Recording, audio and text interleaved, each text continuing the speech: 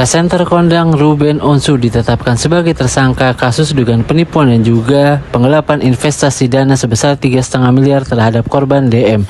Penetapan tersangka itu berdasarkan bukti kuat dari cek kosong yang pernah diberikan Ruben Onsu kepada DM. Pengacara Ruben Onsu, Maci Ahmad, angkat bicara mengenai cek kosong tersebut. Maci mengatakan kalau Ruben tidak mengetahui dampak hukum dari cek kosong tersebut hingga akhirnya kliennya menjadi tersangka kasus dugaan penipuan dan juga penggelapan. Berikut keterangan dari Maci Ahmad.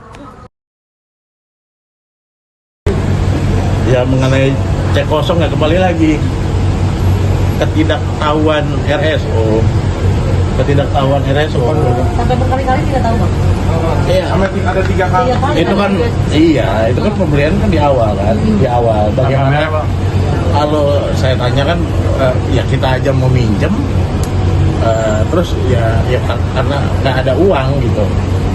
Kita aja mau meminta investasi uang itu kan bagaimana kita ada gitu loh ya karena ketidaktahuan RSO gitu. Makanya kembali lagi next ke depannya saya sih sampaikan Mas Ruben kalau misalnya ada ya menyangkut perjanjian bisnis yang besar atau misalnya ada pekerjaan hak kewajibannya apa, disampaikan aja ke orang yang mengerti hukum.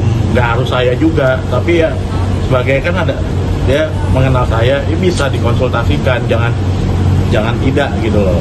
Ketidaktahuan itu karena tidak baca kontrak atau pura-pura tidak tahu? Kalau saya lihat mengenal Ruben karena tidak tahu. Tidak mengetahui. Tidak tahu itu cek kosongnya itu. Iya, dampaknya. Dampak dari cek kosong Dampaknya. Iya, tidak mengetahui, makanya harus didampingi dan bukan berlaku kepada klien saya aja, ke semua masyarakat lah. Maksudnya kalau ada perjanjian apa hendaknya dikonsultasikan sama orang yang lebih paham hukum atau pengacara atau orang yang pernah kuliah hukum atau yang berkompeten lah. Seperti itu. Kalau aku lihat sih karena ketidaktahuan gitu. Jadi banyak hak kewajiban atau hal yang dikerjakan dan sekarang kontraknya juga tidak dipegang gitu. Ya kan harusnya dua belah pihak dong. Ya, ini karena ketidaktahuan Bang Ruben nih gitu. Tapi kita juga nggak menyalahkan. Ini kan karena kan ini kita menghimbau ya next ke depannya kita siap inilah. Bang Maji, untuk background untuk investasinya tersebut apakah benar terkait makanan kesehatan? Pelapor sendiri kan seorang dokter Yang saya tahu minuman fiber, minuman kesehatan, fiber gitu ya, seperti itu. Tapi ya kembali lagi kita nggak mau bicara ke belakang.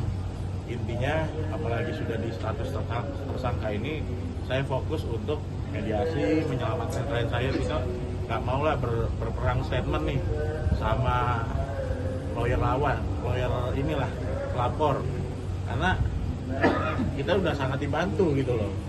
Kita juga nggak mau kalau siapapun yang menghadapi menandatangani kuasa saat status tersangka yang nggak ada pilihan kecuali masih dalam proses penyelidikan, penyidikan, kita masih bisa lah.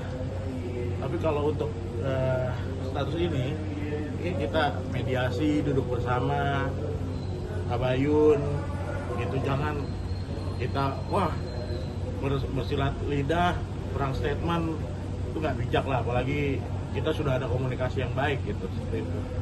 Download Tribun X sekarang, menghadirkan lokal menjadi Indonesia.